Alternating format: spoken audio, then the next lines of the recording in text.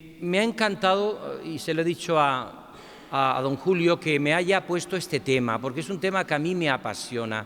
María, mujer eucarística. Digo que me apasiona porque yo lo primero que me parecía que era una novedad es que esto lo desarrolla el Papa San Juan Pablo II en una famosa encíclica titulada Ecclesia de Eucaristía. Es la última encíclica que escribió el Papa Francisco, la última. Y dicen que cuando uno va a morir, decía Martín Descalzo, un sacerdote de esta diócesis, dice que cuando uno va a morir entona el cántico más bonito. Y el Papa sabía, Juan Pablo II, que iba a morir, y entona el cántico más bonito, más bello, que es esta encíclica. ¿Por qué es hermosa? Porque va a decir algo que nunca se había atrevido a decir el magisterio de la Iglesia, y es que con toda seguridad la Virgen comulgó, recibió a Jesús en la Eucaristía, porque una vez que Jesús sube a los cielos, la Virgen se queda con los apóstoles. Ella conocía a Pedro, Santiago y Juan, a los apóstoles, y los apóstoles, dice el Papa, estaban siempre celebrando la fracción del pan. Luego la Virgen se acercaría en aquellas celebraciones a comulgar, a recibir a Jesús. Lo cual significa qué maravilla, qué sintonía, y esto no es algo piadoso, sino real, esa relación que tuvo la Virgen con la Eucaristía. Por eso yo, basándome en el Papa Juan Pablo II y también en alguna frase del Papa Francisco, voy a tratar, como digo, de sintetizar. Es importante que descubramos que el Papa Juan Pablo II fue el que inició en la Iglesia los misterios luminosos. Primer punto, misterios luminosos. Y en los misterios luminosos que rezamos los jueves, todos rezamos el rosario, porque como decía preciosamente Juan 23, es el Evangelio de los pobres, pues en los luminosos, la Iglesia ha puesto la institución de la Eucaristía. Y a mí me alegra muchísimo todo esto, porque sabéis que hace unos años había algunos que discutían si cuando se exponía al Santísimo se podía rezar el rosario. Claro, estaba expuesto el Santísimo es lo más grande que tiene la Iglesia, entonces que no se rece el rosario, como si el rezo del rosario, que son la contemplación de los misterios de Jesús, fuesen obstáculo para contemplar la Eucaristía. A veces nos pasamos la vida con teorías, casi siempre los que nunca las viven, y sin embargo, dijo el Papa Juan Pablo II, que se rezase el rosario delante de la Eucaristía. En esta misma línea que yo voy a decir, porque hay una comunión entre la Virgen y la Eucaristía. Y de hecho hay un cántico famoso que el Papa cita, que dice que él lo recitaba sobre todo cuando celebró su primera misa en Cracovia, que el Papa cuenta también como confidencialmente al final de esta encíclica su amor a la Virgen, y cuenta el Papa este texto y lo comenta en la Eucaristía es la carne que nació de María la Virgen. Claro, cuando yo comulgo, recibo a Jesús, pero recibo la carne de Cristo resucitado, pero que nació de María la Virgen. Y el Papa Juan Pablo II va a hacer como un elenco que yo me he atrevido a titularlo 10 claves de María como mujer eucarística, porque además están en el Evangelio y creo que puede ser para todos nosotros un motivo de poder meditar y reflexionar en esta gran semana, en esta precisamente novena del corazón de Jesús. Primero, ¿dónde aparece María como mujer eucarística? Para mí el primer lugar es en Caná. No tienen vino. El vino a todos nos recuerda a la Eucaristía. Dice un refrán judío que donde se acaba el vino se acaba la fiesta.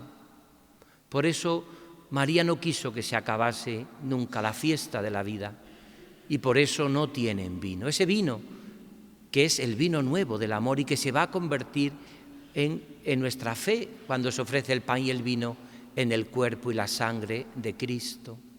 María en aquellos en aquel momento ya está como presente su amor eucarístico. No tienen vino. Podemos decir que hoy, mirando a nuestro mundo desde la Eucaristía y desde la Virgen, no tienen vino. Esta sociedad con tantos problemas, con tantas crisis, con tantas dificultades, no tienen vino. No tienen vino. Esa es la primera vez y que además la Virgen va a decir unas palabras muy parecidas a la de la Eucaristía, cuidado. Haced lo que Él os diga. ¿Qué decimos en la Eucaristía? Haced esto en memoria mía. Hay una relación hermosísima, que no hace falta hacer un gran esfuerzo para descubrir cómo en Caná ya aparece la Virgen como una mujer eucarística, ofreciéndose y uniéndose a ese vino nuevo.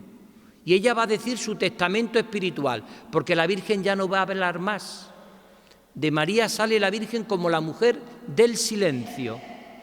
Ya no va a decir la Virgen ninguna otra palabra. Haced lo que Él os diga. Y ahí se acaban todas las palabras de la Virgen.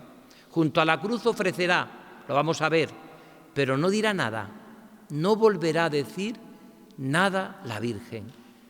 Después del haced lo que Él os diga, que nos recuerda, haced esto en memoria mía, que acaba de proclamar, acaba de celebrar la Eucaristía, nos lo dice. Por lo tanto, esa sería la primera clave de este decálogo de María como mujer eucarística. ¿Dónde aparece más? Antes, pero que el Papa lo va, y yo os aconsejo que leáis el capítulo 6 de esta carta encíclica. Claro, el Papa se va después a la encarnación. ¿Qué dice la carta a los hebreos cuando Jesús entra en el seno purísimo de la Virgen? Aquí estoy para hacer tu voluntad y ofrecí mi cuerpo. Es lo que hemos hecho también en la Eucaristía. Y eso, el primer lugar donde se tiene es en la encarnación, en el seno de la Virgen. Tomad, comed, este es mi cuerpo. Jesús, en el seno purísimo de María, se ofrece totalmente. Y el sí de Cristo es corroborado por el sí de María. Decía el Papa que María es el primer sí que encontró Dios en el mundo, incondicional. Es el primer sí. La Virgen es la puerta de entrada del Redentor en el mundo. Es la puerta de entrada.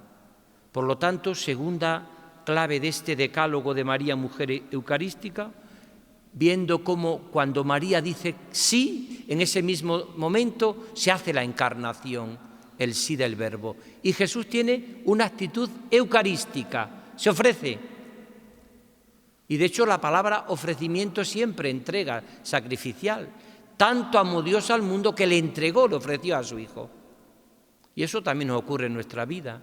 ¿Cuántas veces estamos ofreciendo nuestra vida al Señor y entregándola? Segunda clave que va a repetir el Papa Francisco de María como mujer eucarística.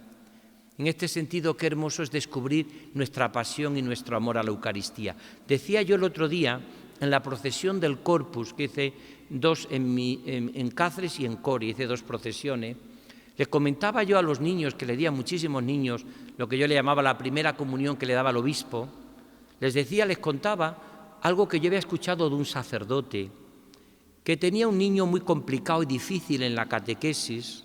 También, pues como esto, hago mi alabanza y mi afecto a todos los catequistas que transmiten la fe. Pues, y entonces este niño ya no sabía qué hacer el catequista con este niño. Era dificilísimo y se lo mandaron al cura a ver qué hacía el párroco con él. No le damos la comunión porque no sabemos qué hacer con él. Es que no sabemos hacer una novena Herodes que mató a tantos. Es que es un niño dificilísimo. Y es curioso porque le dijo el párroco, voy a hablar con este niño. Y habló. Y le dijo el párroco, vamos a ver, te voy a hacer si me contesta esto, usted de la comunión. Si no, me lo pienso, porque ¿qué diferencia hay entre el crucifijo y la Eucaristía? Ese crucifijo tan hermoso que tenemos aquí. Y el niño contestó genial. Los niños tienen a veces un feeling con Jesucristo impresionante, cuando hacen su primera comunión, cuando reciben a Jesús. Tienen un feeling, podríamos llamar, una complicidad, que dicen hoy los jóvenes, ¿no? Única con Jesús. ¿Sabéis qué contestó aquel niño, aquel sacerdote. Pues mire usted, en el crucifijo parece Jesús, pero es una imagen, es madera o es hierro. En la Eucaristía parece pan, pero es Jesús. Y le dio la comunión, claro. Con esas contestaciones, el niño sabía tanto de teología como Santo Tomás de Aquino, que canta el misterio del cuerpo y la sangre de Jesús. Adorad postrados este sacramento. Tercero, en esta clave eucarística, el primer sí decíamos antes, el sí de María, que es el amén, que también cuando tú has comulgado hoy o cuando yo comulgo decimos el cuerpo de Cristo, amén. Ese amén lo dice primero la Virgen, amén, así sea. Por lo tanto hay una relación hermosísima cuando comulgamos con la Virgen, con su amén, con su sí, el cuerpo de Cristo, amén. Se nos ofrece su cuerpo, el cuerpo de Cristo que nació de María Virgen. Por eso la comunión tiene que hacernos identificarnos con Él. Decía un ateo, un filósofo ateo muy conocido, somos lo que comemos. Y es verdad. También me lo decía mi madre, somos lo que comemos. Pero el que come a Cristo se va convirtiendo en Él, claro. Tenía razón. Y cuando uno come a Jesús, acaba teniendo y viviendo con los sentimientos de Jesús. Por eso, si vais a algún funeral, recordad en cualquier funeral que se recuerda que ese cuerpo que se entierra, aunque no sea más que una vez en su vida, recibió el cuerpo de Jesús. Por eso la Iglesia recuerda en las exequias que ese cuerpo que enterramos por lo menos una vez tomó a Jesús. ¿Ahí por qué? Porque hay una promesa. Quien coma de este pan vivirá para siempre. Quien no coma no está la promesa, pero quien coma de este pan vivirá para siempre. Amén. Tercera clave. Continúo explicando las palabras de San Juan Pablo II. Cuarto, la visitación, que tiene un texto bellísimo José Luis Martín Descalzo, diciendo que era la primera procesión del Corpus Christi, porque María lleva en su seno a la Eucaristía y lo lleva a visitar a su prima Isabel. ¡Qué procesión tan hermosa! La procesión del Corpus Christi, que lo hace María, que se podía quedar en el éxtasis de su amor diciendo, ¡ay, qué maravilla! Este Jesús ha venido a mí. No, ella sale enseguida. Es una iglesia en salida que tanto habla el Papa Francisco. Que una iglesia en salida significa una iglesia que evangeliza, que no se queda cómodamente en la sacristía, sino que sale a evangelizar. Por eso recibe en la visitación lo mismo que en la Eucaristía. ¿Qué decimos en la Eucaristía cuando acabo de consagrar? Mysterium fidei, misterio de fe. ¿Qué le dice Isabel a María? Dichosa tú que has creído. Es lo mismo. En la Eucaristía se nos dice, feliz la que ha creído. Dichoso tú que has creído. Mysterium fidei fue la famosa encíclica del Papa Pablo VI que recordamos con afecto, que dentro de poco será canonizado. Fue de sus primeras encíclicas, Mysterium fidei, misterio de fe. Lo dice el sacerdote. ¿Y qué le dice a María, Isabel? Feliz tú que has creído. Yo aquí muchas veces en las misas que yo tenía aquí de 12 lo dije, y alguna vez alguna persona entró a decírmelo, porque me lo atrevo a decirlo millones de veces. Solo soy feliz cuando me encuentro y vivo a Cristo. Y las personas que se alejan de Dios no pueden ser felices. Nos has hecho, Señor, para ti, y nuestro corazón está inquieto hasta que descanse en ti. El corazón humano tiene sed del amor de Jesús. Solo seremos felices con Cristo. Es más, los mayores sufrimientos de nuestra vida siempre son cuando nos alejamos de Dios.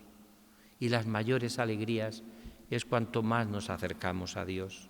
Cuarto, feliz la que ha creído. Mysterium fidei. Una relación bellísima entre la Eucaristía y María.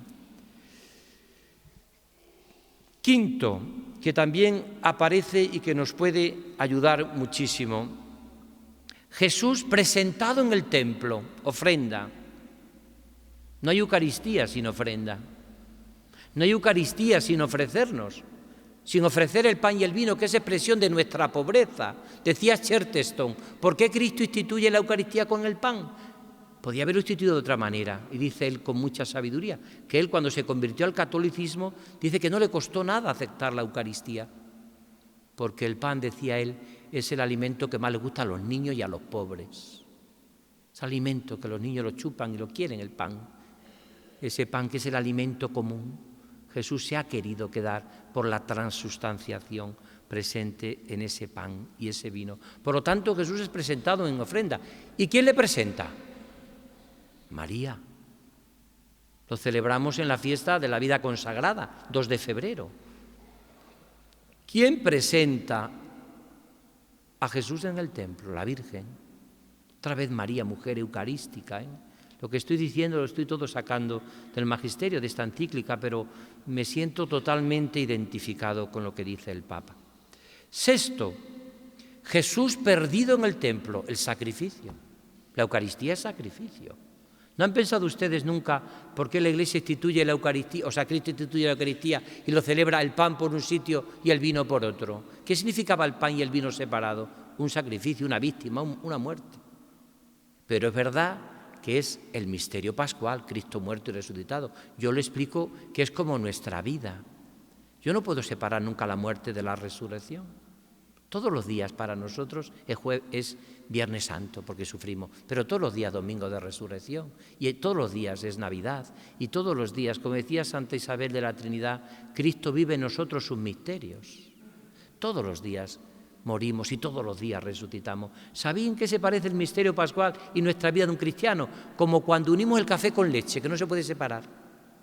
Mientras que esté separado sí puedes distinguir lo que es café de lo que es leche, pero tú lo unes y tú no puedes distinguir lo que es la muerte y lo que es la resurrección. La vida es muerte y es resurrección.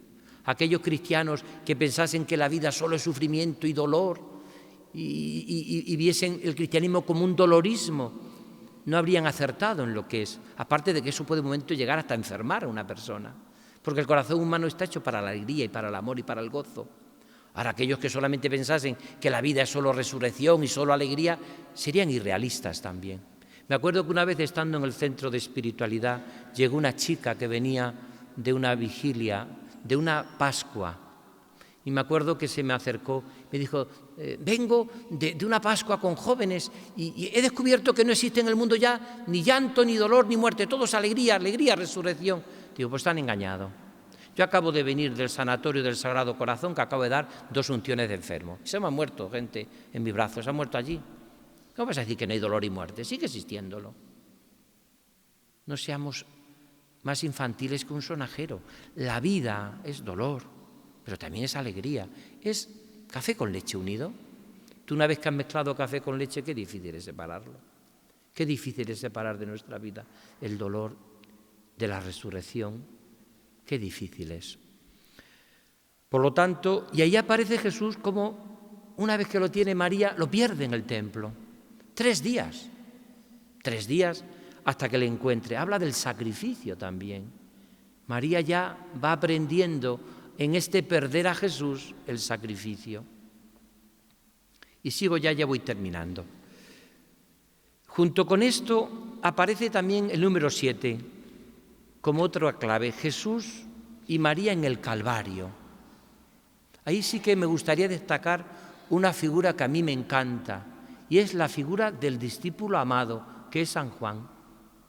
San Juan es el discípulo más eucarístico, porque en el capítulo 13 recuesta la cabeza sobre el pecho de Jesús. Aquel discípulo a quien amaba a Jesús tenía recostado el pecho en el pecho de Jesús y descansa en la Eucaristía.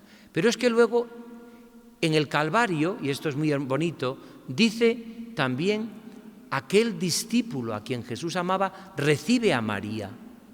Hay una relación entre Juan, que es apóstol, sacerdote, discípulo amado, y que empieza a ser también acogido en el corazón de María, y María lo acoge en su corazón.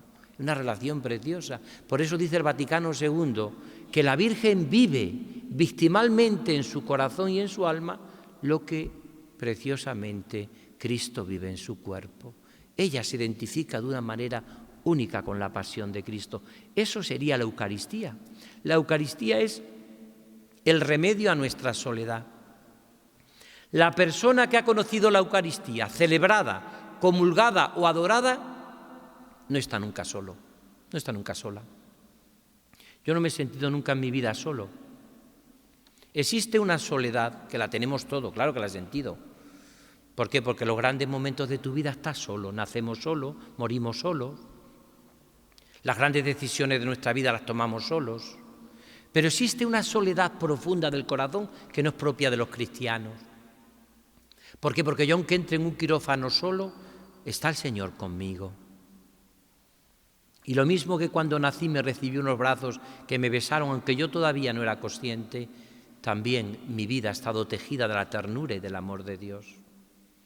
Y el Señor se ha comprometido en que nadie muere solo, nadie muere solo. Él está con nosotros. Por eso la Iglesia tiene hasta el viático, que es la última comunión para el viaje antes de llegar al encuentro definitivo con el Señor. El viático se llama así, el caminante, el camino para llegar definitivamente a la vida eterna. Por eso qué importante es descubrirlo esto en mi vida, ¿no? En el Calvario, María se hace también mujer eucarística. Mujer eucarística. Acoge al sacerdote, que es Juan, con el cual va a celebrar seguramente, porque Juan la acoge en su casa. ¿Qué es acoger a María en su casa? Si Jesús no tenía casa en Jerusalén, si no tenía donde reclinar la cabeza, pues iría al cenáculo, que es donde estaban los apóstoles. Y allí en el cenáculo es el lugar de la institución de la Eucaristía. Es el lugar donde Jesús se hace presente eucarísticamente y se hace presente siempre resucitado. Y aquí es donde el Papa introduce eso, ¿no?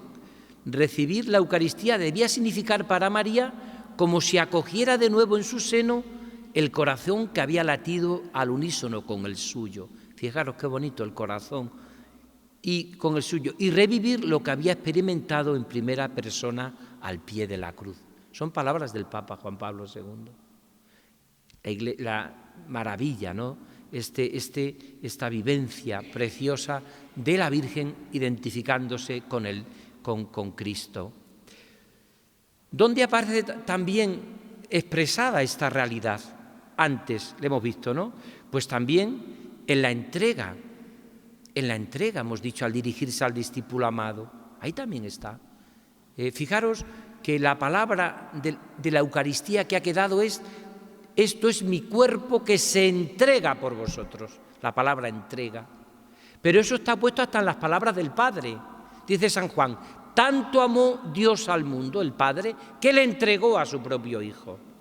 Pues aparece también en el Calvario cómo María es entregada, Jesús entrega a su madre, al sacerdote, a la Iglesia.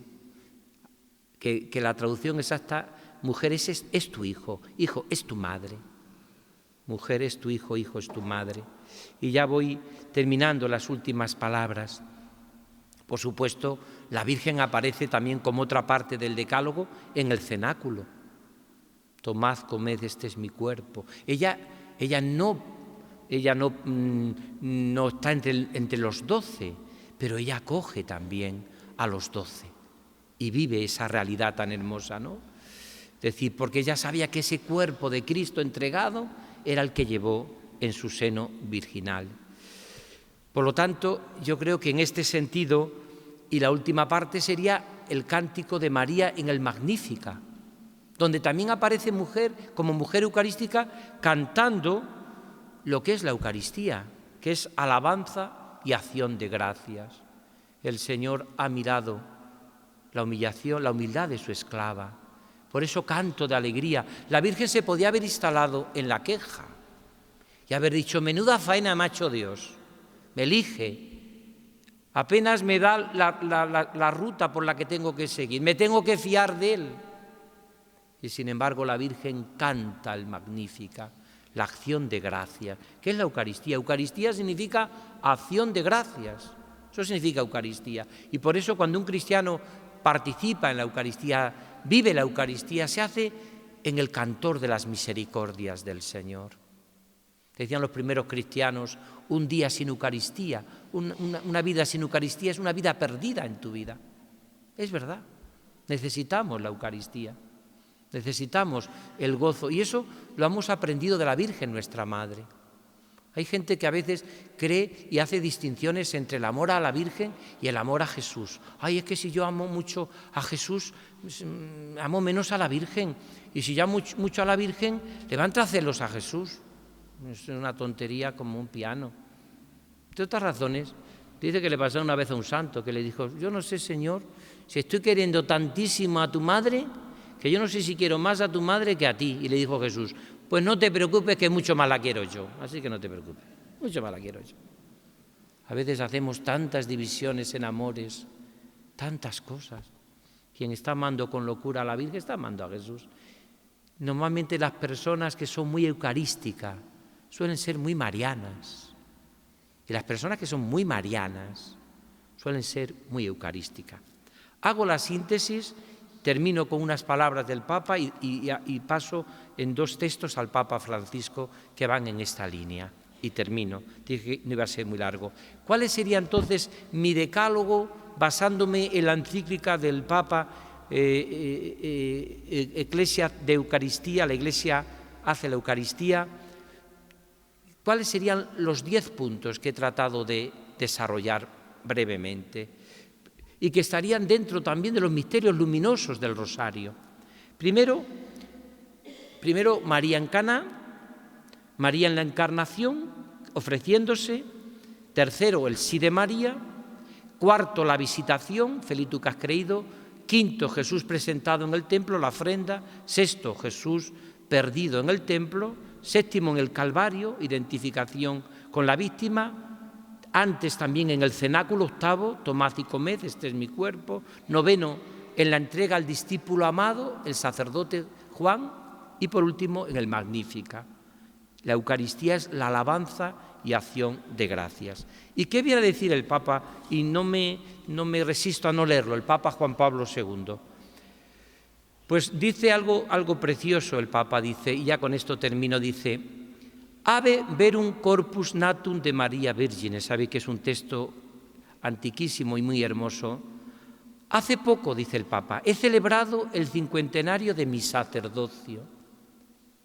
Hoy experimento la gracia de ofrecer a la Iglesia esta encíclica sobre la Eucaristía en el Jueves Santo de mi 25º año de ministerio petrino como Papa. Lo hago con el corazón henchido de gratitud. Desde hace más de medio siglo, cada día, a partir de aquel 2 de noviembre de 1946, en que celebré mi primera misa en la cripta de San Leonardo, en la Catedral de Cracovia, mis ojos se han fijado en la hostia y el cáliz, en los que en cierto modo el tiempo y el espacio se han concentrado y se han representado de manera viviente el drama del Gólgota, desvelando su misteriosa contemporaneidad. El Papa viene a decir que nos llevaba a todos en el corazón. Un sacerdote que celebra la Eucaristía tiene que llevar a todos en el corazón. Dice: cada día mi fe ha podido reconocer en el pan y el vino consagrados al divino caminante, que un día se puso al lado de los 2 discípulos de Emaús para abrirle los ojos a la luz y el corazón de la esperanza. Y dice, citando a María: misterio grande, ciertamente, que nos supera y pone a dura prueba la capacidad de nuestra mente de ir más allá de las apariencias. Aquel cuerpo de Cristo nació de María Virgen. Y termino ya con el texto que decía antes de unas meditaciones del Papa Francisco, que viene a resumir todo esto que he dicho, ¿no? Dice: cuando María recibió el anuncio de Gabriel, no le fue sencillo responder con un sí. Nos vamos convirtiendo día a día en Eucaristía. Es más, somos también devorados, muchas veces cada uno de nosotros. A veces por la voluntad de Dios que nos cuesta aceptar una enfermedad, un problema, un dolor, una dificultad. Cuando María recibió el anuncio del Gabriel, no le fue sencillo responder con un sí a la invitación del ángel. Pero ella, una mujer en la flor de la juventud, respondió con valentía, a pesar de no saber el destino que le esperaba. María se fió totalmente de los planes de Dios. Parece, y aquí a todas las que sois madres lo podéis entender, parece una de tantas madres de nuestro mundo, valientes hasta el extremo, cuando se trata de acoger en su vientre la vida de un nuevo ser y darle a luz. Por eso termina el Papa: María, como mujer eucarística, María es misionera, que se acerque a nosotros para acompañarnos por la vida, abriendo nuestros corazones a la fe con su cariño materno. Como una verdadera madre, ella camina con nosotros, lucha con nosotros y derrama incesantemente la cercanía del amor de Dios. Pues esto es lo que María como mujer eucarística. Por eso yo os animo a todos los que estáis aquí, y también me animo a mí, a amar mucho a la Virgen. Decía nuestro Juan de Ávila: prefiero estar sin pellejo antes que sin devoción a la Virgen. Yo creo que nosotros, todos los que estamos aquí, deberíamos de tener un gran amor a la Virgen. Y la Virgen siempre nos lleva a Jesús. Siempre nos lleva a la Eucaristía, como las madres, nunca se quedan en ella. Siempre llevan. Por eso siempre lo repito, el amor de una madre es un amor que nunca está en crisis. Hoy están en crisis casi todos los amores. El amor de una madre no está en crisis, o de un padre de verdad. ¿Por qué? Porque es un amor sacrificado. La primera que se levanta, la última que se acuesta. Cuando se rompen los flanes nunca, siempre come lo que está estropeado, nunca tiene hambre cuando hay poca comida. Es el amor siempre sacrificado. ¿Por qué creemos nosotros y por qué tiene esta relación tan inmensa, dice el Papa, entre la Eucaristía y María como madre? Porque también la Eucaristía es un amor que se sacrifica, que se entrega por nosotros. Cuando uno día a día celebra la Eucaristía, yo me acuerdo que tuve la suerte, cuando estaba estudiando en Roma, de hacer un retiro con el famoso Masturian, que hacía unos meses se había convertido al catolicismo. Él venía del mundo calvinista, pertenecía a la comunidad de Tessé y era un hombre que se le veía siempre rezando delante del sagrario. Yo me acuerdo que nos dio el retiro a un grupo de los que estábamos estudiando allá en Roma, teología espiritual, y recuerdo que yo le pregunté cuál era el momento más feliz del día. ¿Cuál era el momento más importante de cada momento de su vida, sobre todo cada día, ¿no? Y él me dijo sin titubear: es la Eucaristía de cada día, donde más gozo. Él escribió un libro precioso sobre la Eucaristía y escribió también un libro precioso sobre María, sobre la Virgen, y eso que él venía del mundo calvinista. Pero se enamoró tanto de la Eucaristía que al final terminó siendo ordenado sacerdote por el arzobispo de Nápoles.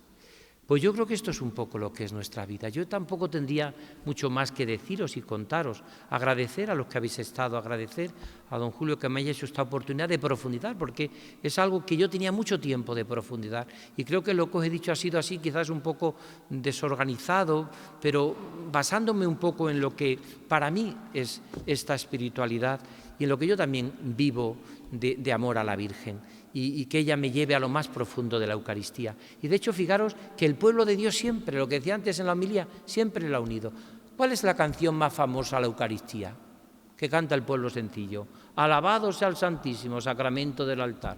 Y luego parece que no viene a cuento. Y María concebida sin pecado original. ¿Pero por qué esto? ¿Por qué esto? Alabado sea el Santísimo Sacramento del altar. Eucaristía. Y la Virgen concebida sin pecado original. ¿Es que porque rima? No. Es porque hay una relación, que es lo que yo he intentado explicar, y lo que el Papa Juan Pablo II y el Papa Francisco también, y Benedicto XVI han intentado plasmar.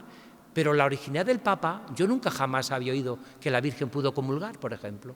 Eso lo dice el Papa, que recibió la Eucaristía de la mano de los apóstoles. Él celebraba, porque los cristianos desde el primer domingo celebraban la fracción del pan.